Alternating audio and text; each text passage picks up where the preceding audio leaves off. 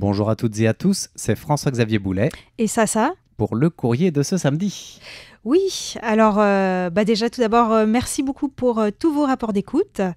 Et je pense que vous êtes, comme d'habitude, très impatients de savoir quelles sont les questions. Bon, il y a la question trimestrielle que vous connaissez déjà, mais Voilà, mais il faut quand même la rappeler. oui, tout à fait. Même si c'est le dernier mois de ce premier trimestre, il faut rappeler la participation parce que c'est plus une participation qu'une question si je me souviens. Tout à fait.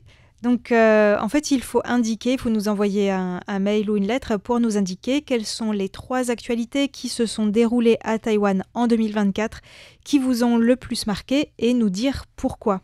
Voilà. Et donc, pour ce concours trimestriel, il y aura 3 gagnants qui remporteront de magnifiques carnets de notes. Voilà. Donc il reste encore la fin de ce mois de mars pour participer à ce premier trimestre 2025. Participez nombreux pour tenter vos chances, bien sûr, de remporter ce magnifique bloc-notes. Et puis, il y a d'autres cadeaux, puisqu'il y a d'autres concours, le mensuel. Tout à fait. Donc, comme on est au début du mois de mars, je vous rappelle la question. Donc, citez des câbles sous-marins qui ont été endommagés depuis le début de l'année.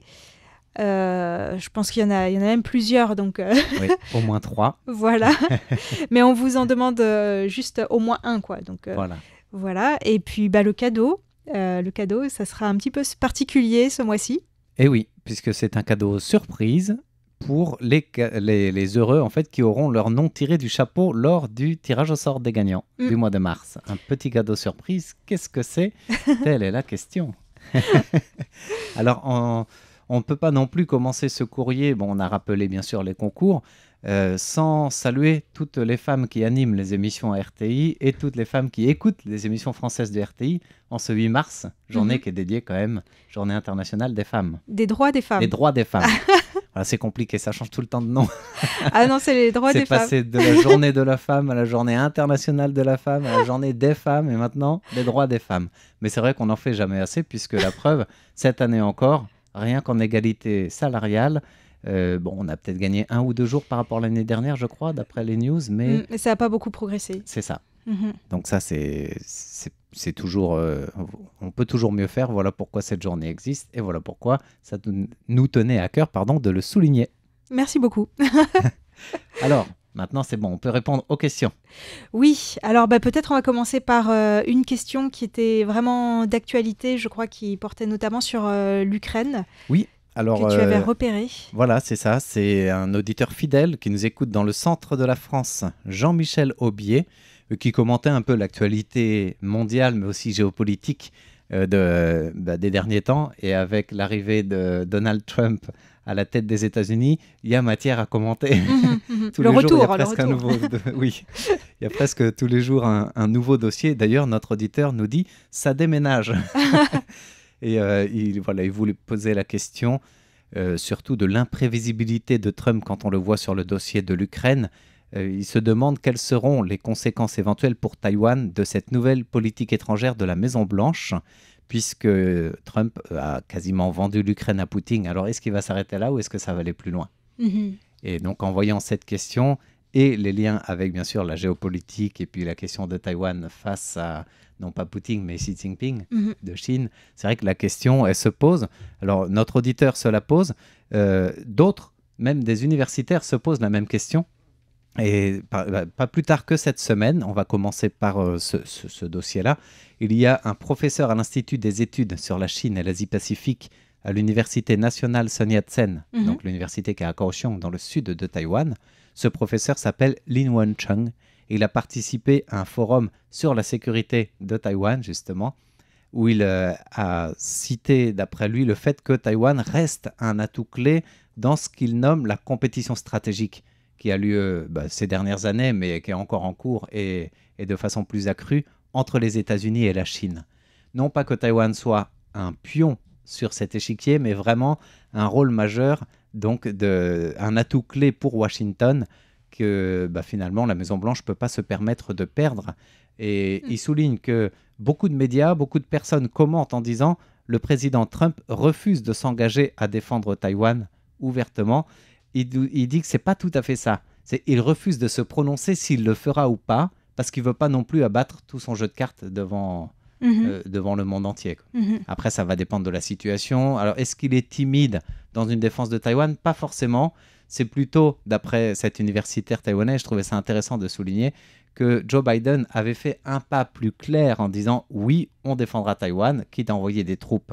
Et c'était la première fois qu'un président américain le disait aussi clairement avec Biden, que Trump, avant et après Biden, a toujours été un peu plus ambigu. En tout cas, oui, Taïwan défend les États-Unis défendent Taïwan, pardon, mais est-ce qu'on envoie des troupes ou est-ce qu'on défend clairement en cas d'invasion? Il refuse déjà cette position au sens où il ne va pas commenter ce qui n'existe pas et il souhaite que cette que cette éventualité ne devienne pas une réalité, à savoir une invasion de Taïwan. Ce serait un malheur stratégique, un malheur géopolitique, comme il le dit, et c'est pour ça aussi qu'il refuse de dire s'il engagera des troupes ou pas. Alors, ce n'est pas forcément une timidité de Trump ou un recul des États-Unis dans leur défense de Taïwan, d'après cet universitaire, et c'est une lecture qui n'est pas forcément présente dans de nombreux médias, en fait, je trouvais. Intéressant à souligner. Par contre, d'autres personnes, comme le professeur Wang Hongzhen, au même séminaire, alors lui, il est spécialiste de sciences politiques à l'Université nationale Cheung Kong de Tainan, il met en garde le fait que cette position de Trump ambiguë, sur la question d'un engagement justement à défendre Taïwan, et surtout son changement sur la position sur l'Ukraine, envoie un très mauvais signal au président chinois Xi Jinping. Ça risque d'accroître la pression de Pékin sur Taipei, puisqu'on voit que finalement, avec Poutine, il pourrait faire ce qu'il veut si on engage l'orientation de Trump. Et ça rejoint le propos que Emmanuel Macron, président de la France, je m'en mêle les pinceaux, pardon, disait. Alors, ce n'était pas un discours officiel, c'était dans un live sur les réseaux sociaux où il commentait un peu l'actualité juste avant de se rendre à la Maison-Blanche. Il y a les derniers jours, en fait, où il disait qu'il allait sur place aussi pour dire à Trump de ne pas être faible devant Poutine et de ne pas envoyer un mauvais signal qui serait finalement interprété comme j'ai le droit de tout faire avec Taïwan pour Xi Jinping. Donc Macron le disait à demi-mot, ce professeur rejoint cette même position. Alors c'est vrai que la géopolitique, tout est en train de changer avec ces nouveaux propos. Et d'ailleurs, tout le monde soit s'alarme, soit pose des questions. Est-ce qu'il faut dire l'Ukraine aujourd'hui, Taïwan demain? La question, elle se posait déjà il y a quelques années. Elle revient en force là. Et le grand magazine The Economist l'a posé noir sur blanc dans un reportage la semaine dernière aussi. D'accord. En disant Will it be Ukraine today, Taiwan tomorrow? Voilà, ça c'est une grande question d'un reportage de The Economist au lendemain de l'entretien ou du dialogue entre Trump et Poutine. Donc sur la question de l'Ukraine, en voyant que finalement, si l'Ukraine est bradée ou que les États-Unis veulent la fin de la guerre, mais selon les termes de la Russie, donc de l'envahisseur plutôt que de l'envahi, la question se pose avec encore plus d'acuité sur les autres autoritarismes dont la Chine fait partie. Voilà. Mais en tout cas, ce dialogue a eu lieu avant l'annonce conjointe entre Trump et le président de TSMC cette semaine, d'un investissement record en fait de 100 milliards de dollars américains de TSMC aux États-Unis. Il faut dire quand même que c'est plus que le budget de Taïwan en 2025. C'est vrai. Ouais, c'est assez hallucinant. Donc, TSMC a annoncé ce budget pour construire notamment 3 usines de fabrication de semi-conducteurs aux États-Unis, 2 usines d'emballage de puces électroniques et un centre de recherche et développement sur les prochaines années. Et il y a certains observateurs qui soulignent que le retour de Trump, c'est aussi le retour de la priorité aux intérêts des États-Unis d'abord. Tout à fait. Et le fait que TSMC ait annoncé un nouvel investissement de plus de 100 milliards de dollars, en plus des 65 qu'il avait déjà commencé à investir. Donc ça va dans le sens des intérêts des États-Unis. Voilà. On peut dire ça comme ça. C'est un peu toute cette politique économique protectionniste de Trump. Mais du coup, se pose la question, quand même à terme, sur la protection américaine de Taïwan, parce que certains ont souligné, notamment les députés du Kuomintang, donc l'opposition, que si les technologies les plus avancées, comme la fabrication des semi-conducteurs 2 nanomètres ou 1,6 nanomètres, étaient transférées aux États-Unis. En fait, Taïwan n'aurait plus sa position aussi centrale et aussi importante. Et du coup, les États-Unis vraiment deviendraient l'endroit où les semi-conducteurs les plus avancés seraient fabriqués, même si ça reste une entreprise taïwanaise. Mais disons qu'en tout cas, la destruction, entre guillemets, des infrastructures à Taïwan aurait peut-être moins d'impact sur le commerce international. Et ça rejoint les propos justement du professeur que je citais tout à l'heure en début de réponse, Lin Wencheng, spécialiste des études sur la Chine et l'Asie-Pacifique à l'université Sun Yat-sen, qui disait que l'importance stratégique de Taïwan pour les États-Unis au sein de la deuxième chaîne d'îles, elle est combinée à la domination taïwanaise dans le monde sur l'industrie des semi-conducteurs, mais ce deuxième volet risque d'être remis en question dans les prochaines années, en effet.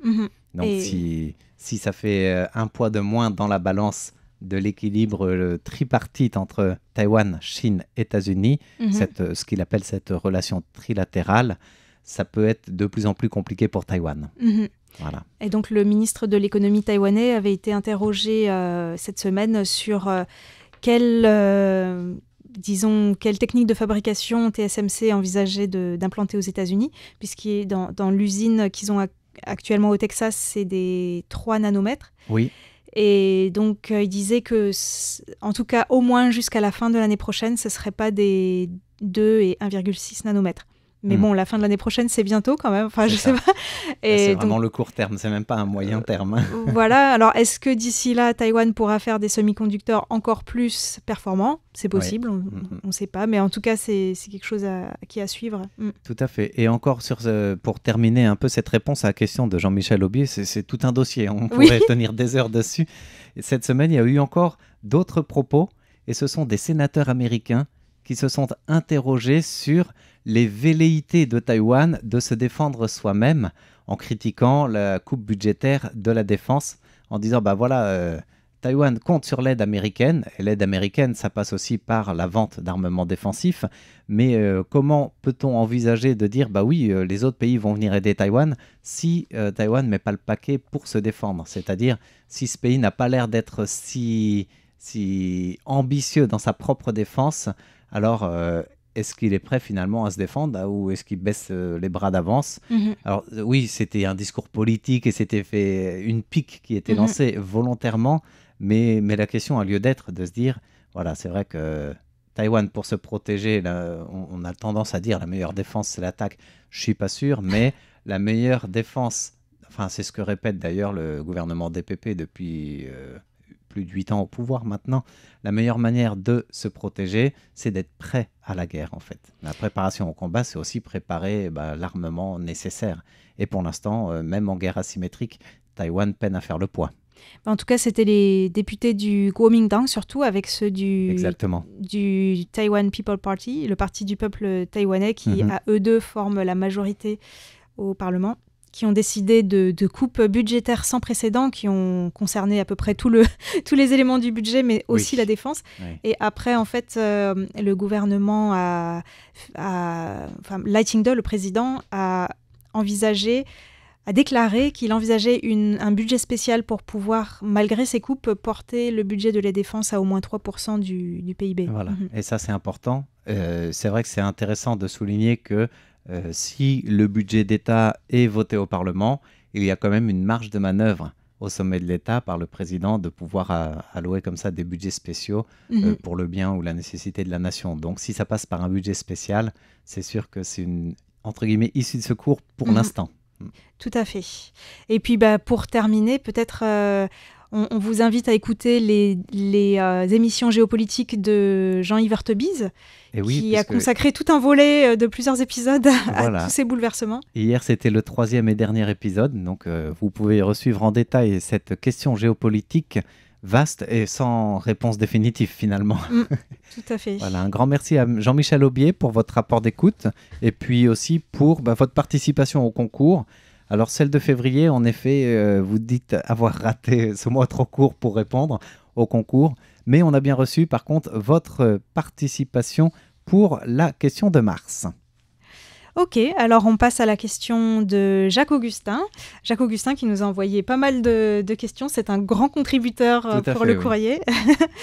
Alors, dans une question du mois de février, il disait qu'il avait été très intéressé par le décryptage sur la production d'énergie nouvelles telles que la géothermie et le photovoltaïque. Oui. Et il se demandait quelle part représentent les énergies renouvelables face aux énergies fossiles à Taïwan. Et est-ce que l'échéance pour la décarbonation à Taïwan est 2050 ? Alors, vaste question. Et pour y répondre... répondre... répondra en 2050. Non, parce qu'il y a des points intermédiaires. Et notamment 2025, c'était aussi un point intermédiaire. Mais on va voir que Taïwan est loin d'avoir atteint ses objectifs. C'était quoi l'objectif ? Un quart des énergies renouvelables ? Alors, normalement, l'objectif, c'était pour fin 2025, 20%. 20%, ok, un cinquième. D'énergie renouvelable. Mais fin 2024, donc il y a juste quelques mois, on en était seulement à 11% environ. Oui. Donc ça ne va pas être possible de doubler en un an. Tout à fait, oui. Et pour répondre à tout ça, je m'appuie notamment sur un rapport de la Chambre européenne de commerce à Taïwan, parce que je trouve que c'est assez intéressant. Ça remet en perspective l'évolution du mix énergétique. Mais avant cela, je rappelle quels sont les objectifs de la transition énergétique à Taïwan. Donc effectivement, c'est en 2050, comme dans la plupart des pays occidentaux, qu'il y a cet objectif de neutralité carbone. Mais comment y arriver ? Donc les objectifs taïwanais sont de promouvoir les énergies vertes, augmenter le gaz naturel, réduire le charbon. Oui. Et puis tout ça tout en gardant l'objectif de zéro nucléaire, en fait, de plus d'énergie nucléaire. Il y en a déjà de moins en moins en activité, les centrales. Tout à fait. Donc c'est quand même un grand défi pour Taïwan, qui n'a pas vraiment... Enfin, à part quelques barrages ou quoi, il y a très peu la plupart de l'énergie est importée. Oui. D'ailleurs, je me souviens qu'au début, quand on réduisait l'énergie nucléaire, qui à son apogée représentait quasiment 16% de l'énergie à Taïwan, quand on a commencé à réduire, Taïwan s'est rendu compte qu'il fallait relancer les centrales au charbon, parce que sinon, il n'y avait plus d'électricité à la fin de l'année.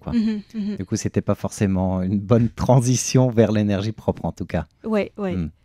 Alors, on va voir les évolutions de 2016 à 2024. D'accord. Donc, tout d'abord, pour le charbon, on est passé de 46% à 40%. Donc, une petite amélioration. Pour le gaz, on est passé de 31,5% à 42%. Donc, c'est une augmentation. Donc, ça monte pas mal. Alors, c'était dans les objectifs de compensation, entre guillemets, de la baisse du charbon, notamment par le gouvernement. Mais il faut rappeler quand même que le gaz, qu'on dit souvent gaz naturel, en fait, c'est une énergie fossile. D'accord. Et notamment le gaz qui vient des États-Unis, c'est du gaz de schiste, qui pollue énormément quand il est extrait, quoi. Donc, c'est pas forcément la des meilleure énergies solution. propres, mais bon, voilà. En ce qui concerne le nucléaire, on est passé de 12% à 4% environ.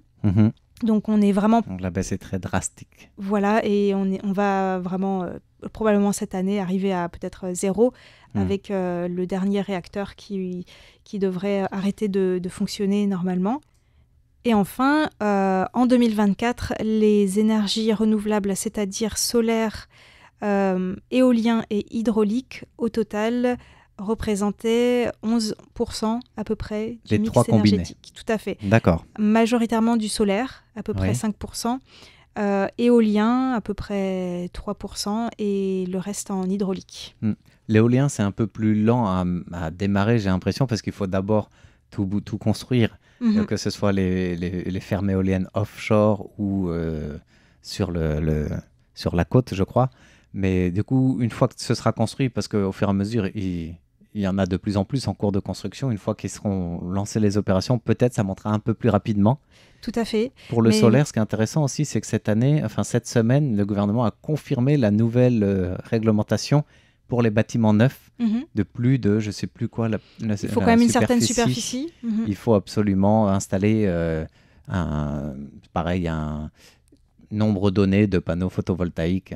Mhm. Donc ça va dans le bon sens en tout cas, Mhm. à ce niveau-là. Mais il y a toujours, comme le rappelle le rapport de la Chambre de commerce, pas mal d'obstacles, notamment des difficultés administratives Oui. et les réticences des populations locales pour les éoliennes aussi. Et Mhm. puis pour les éoliennes offshore, l'impact sur le secteur de la pêche, avec quand même des pêcheurs qui sont assez importants à Taïwan et qui Oui. protestent contre tout ça. J'ai vu aussi de plus en plus d'associations environnementales, écologiques qui protestent contre les fermes offshore parce Mhm. qu'apparemment il y avait un impact qui était complètement négligé ou alors insoupçonné sur l'écosystème marin. Mhm. Mhm. Donc il y a un impact aussi sur la vie des animaux et pas que, même les plantes en fait. Mhm. Donc ça c'est à ne pas négliger sur le long terme évidemment.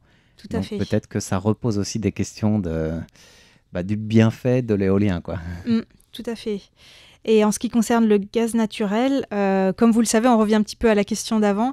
Le président Trump n'est pas très content par rapport à Taïwan, dans le sens où, selon lui, Taïwan a trop le monopole sur les semi-conducteurs, mais les États-Unis ont aussi un trop grand déficit commercial Oui. par rapport à Taïwan.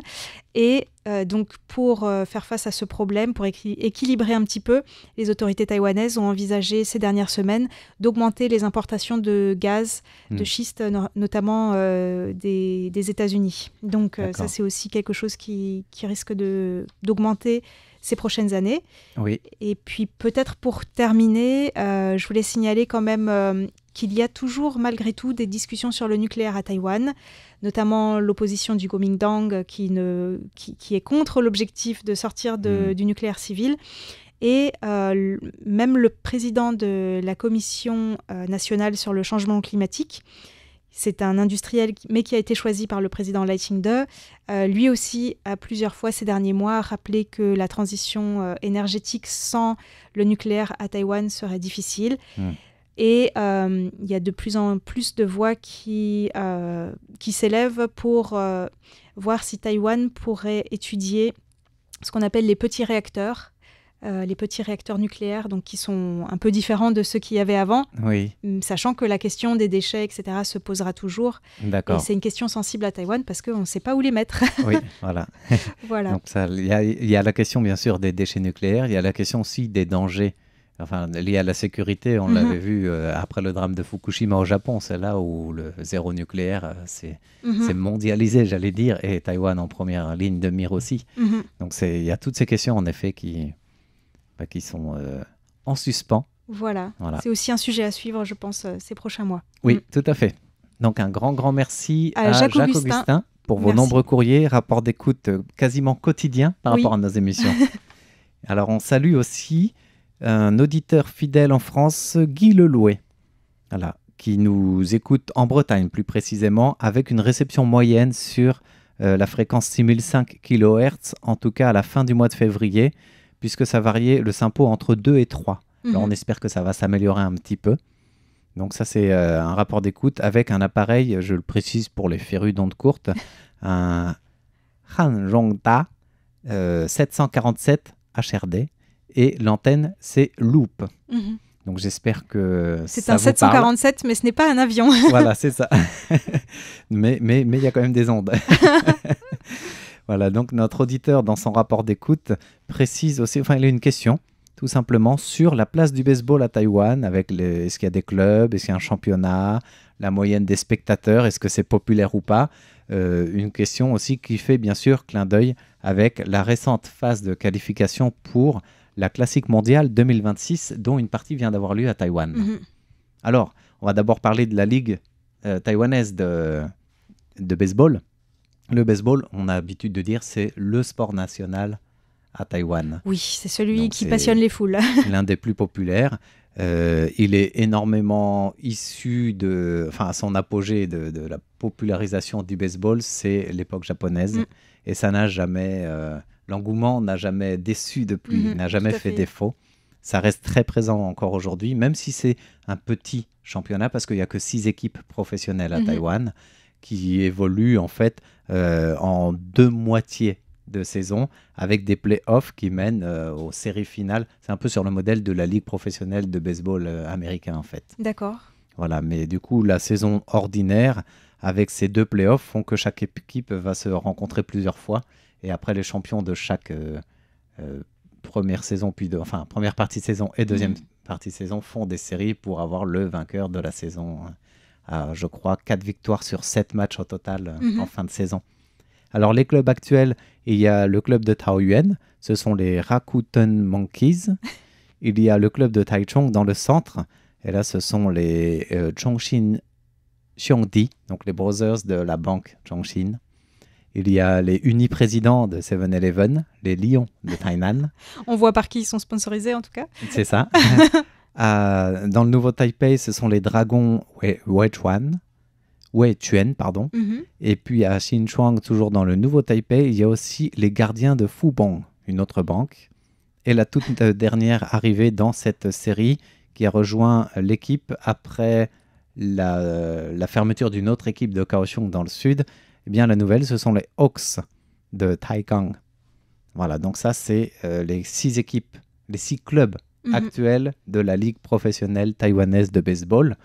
Bon, je ne reviens pas sur le schéma de compétition puisqu'on l'a dit, mais la Ligue professionnelle de baseball, même si le baseball est super populaire, elle n'a été créée officiellement en tant que fédération internationale, enfin, pour rejoindre la fédération internationale, qu'en 1989. Ah oui. Voilà. C'est la plus ancienne ligue professionnelle de baseball en Asie de l'Est, alors que je trouve que c'est assez tard comme création. Et elle précède celle du Japon puis de Corée du Sud. D'accord. Qui sont des grandes nations de baseball dans la région, quoi. Au niveau de l'équipe nationale, puisque c'est la deuxième partie de la question de notre auditeur, on le sait, Taïwan évolue sous les couleurs Chinese Taipei. Et puis en compétition internationale, Taïwan est présent dans plusieurs phases, que ce soit la classique mondiale de baseball. La Coupe du monde de baseball n'existe plus aujourd'hui, mais Taïwan avait remporté en 1984 cette Coupe du monde et régulièrement dans le top 3 les années suivantes jusqu'à l'arrêt du tournoi qui aujourd'hui c'est devenu en fait la classique mondiale de baseball, l'équivalent d'une Coupe du monde, toute proportion gardée. Taïwan y participe régulièrement, passe les phases qualificatives, mais au niveau des phases finales, souvent Taïwan qui envisage le dernier carré s'arrête souvent l'équivalent des 8e. On peine à arriver jusqu'en phase finale de la classique mondiale. Mais récemment, Taïwan, je crois que c'était au mois de décembre, a remporté le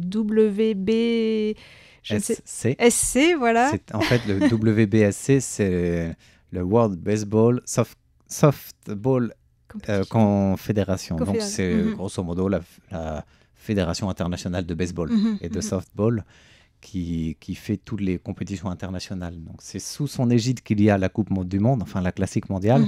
Et l'année dernière, tu fais référence au premier 12. Voilà, au premier 12 donc, qui a créé la liesse dans les rues à Taïwan. Ouais, c'était la 3e édition de premier 12. C'est quoi? On prend les 12 meilleures nations selon le classement mondial de baseball qui font une compétition entre eux. Voilà, et Taïwan a remporté en effet l'édition de l'année dernière. Ça, c'était les liesses dans les rues, dans la foule. Et puis on voit de plus en plus d'inscriptions de jeunes dans les clubs ou même au sein des écoles de baseball, au point que tout le monde rêvait de voir Taïwan briller aux phases qualificatives qui ont eu lieu en février, dont une partie avait à Taïwan pour un groupe. Donc il y avait 4 équipes à Taïwan qui concouraient pour la phase finale de la classique mondiale de l'année prochaine. Et on pensait que Taïwan allait marcher sur l'eau ou presque, bah oui. Même si en face il y avait quand même le Nicaragua, il y avait l'Argentine et puis l'Espagne. Et surprise, Taïwan a perdu lourdement son premier match contre l'Espagne. Du coup, on a commencé à être inquiet. Après, on s'est rattrapé contre l'Argentine, heureusement. Mais il a fallu quand même se battre jusqu'au dernier match, une deuxième rencontre avec l'Espagne pour passer. Et finalement, les baseballeurs taïwanais ont validé leur ticket pour cette classique 2026. Ils sont heureux, mais la surprise ne vient pas du côté de Taïwan, mais plutôt de l'autre rive du détroit, puisque les Chinois ont perdu cette phase qualificative et ne seront pas à la classique mondiale 2026. C'est plutôt une bonne nouvelle. Et ça, c'est à la fois une bonne et une mauvaise nouvelle. Une bonne nouvelle au sens où, on sait que Taïwan est assez fort et et avance pas mal. Au niveau la guerre des ennemis, au niveau sportif, c'est une bonne nouvelle aussi. Mais ça pourrait dire que dans la distribution des chapeaux de la Coupe du Monde, Taïwan risque d'affronter très tôt dans le tableau final des grandes nations, à savoir la Corée du Sud ou le Japon. Donc ça peut être un peu une mauvaise nouvelle. C'est le revers de la médaille, j'allais dire. Ah bah il faut s'entraîner, puis voilà, ça va marcher. Mais en même temps, une classique mondiale, peu importe qui tu affrontes en face, tu y vas match après match. Ouais, voilà, c'est ça. C'est pas... On n'y va pas pour figurer, quoi. Voilà. Donc ceux d'en face veulent aussi gagner. Oui. Ce qui est logique. Voilà un petit peu pour ce tour d'horizon du baseball qui fait le plein des stades pour la fin de la réponse à Guy Lelouet. Pour beaucoup de matchs, même des matchs en club, en saison, pour les rencontres internationales. Alors maintenant, avec le Taipei Dome, on peut aller jusqu'à 40 000 places et c'est plein depuis l'ouverture du Taipei Dome, quoi. Dès qu'il y a un match, c'est entièrement plein. Voilà. Bah, merci beaucoup à Guy Lelouet pour sa question. Et voilà, c'était très fourni aujourd'hui, je crois. Alors, on n'a pas vu le temps passer. Merci à toutes et à tous de nous avoir suivis dans le courrier de cette semaine, animé par Sasa et François-Xavier. À bientôt. Bye.